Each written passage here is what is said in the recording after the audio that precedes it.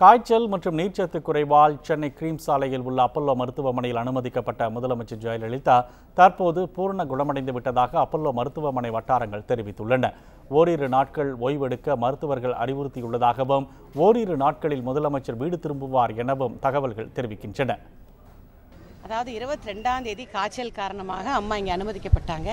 23 காலையிலேயே Apollo hospital நிர்வாகமும் டாக்டர்ஸும் தெளிவாக ப்ரெஸ் நோட் கொடுத்தாங்க. நாங்களும் சொன்னோம், அம்மாவுடைய காய்ச்சலும் குறைஞ்சாச்சு, வழக்கமான உணவை சாப்பிட்றாங்க, அவங்களுக்கு எந்த குறையும் இல்லை. இருந்தாலும் டாக்டர்ஸ் அறிவுரைப்படி கண்காணிப்பில் இருக்கணும் டாக்டர்ஸ் சொல்லியிருக்கிறதுனால சாதாரணமாக ஒரு ஜுரம் வந்தாலும் கூட தொடர்ந்து டாக்டர்ஸ் பார்ப்போம். நாமளே முதலமைச்சருக்கு அந்த மாதிரி டாக்டர்ஸோடைய கண்காணிப்பில் இருக்கணுங்கிறதுக்காக அம்மா இங்கே இருக்காங்களே தவிர 2 நாளைக்கு முன்னாடி சிங்கப்பூர் போகிறாங்கன்னு ஒரு தவறான தகவல், நேற்று மிக தவறான தகவல்கள் அம்மாவுக்கு ரொம்ப முடியல.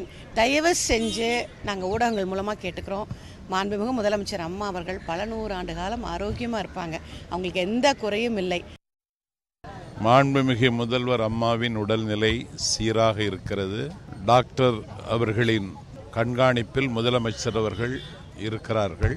மருத்துவமனையில் இருந்தவாறே கழக நடவடிக்கைகளையும் ஆட்சி பணிகளையும் அம்மா அவர்கள் நிர்வகித்து வருகிறார்கள். அது அந்த வதந்திகளை அலட்சியப்படுத்துங்கள், அந்த வதந்திகளை நம்ப வேண்டாம். மருத்துவர்களும் காவல்துறையும் அரசும் தமிழ்நாட்டு மக்களுக்கு வேண்டுகோள் விடுத்திருக்கிறது. இது சமூக வலைத்தளங்களின் பிடியில் இந்த சமூகம் சிக்கிவிட்டதற்கு பிறகு வந்திருக்கிற சீரழிவு. ஆகவே இதை யாரும் நம்ப வேண்டாம். முதலமைச்சர் ஜெயலலிதா 6வது நாளாக சிகிச்சை பெற்று வரும் அப்பல்லோ மருத்துவமனைக்கு நாடாளுமன்ற மக்களவை துணை சபாநாயகர் தம்பிதுரை, அமைச்சர்கள் ஓ பன்னீர்செல்வம், SP வேலுமணி, ராஜேந்திர பாலாஜி, சென்னை மைய சைதை துரைசாமி, முன்னாள் அமைச்சர்கள் வளர்மதி, கூக்குள இந்திரா மற்றும் அதிமுக நிர்வாகிகள் வந்திருந்தனர்.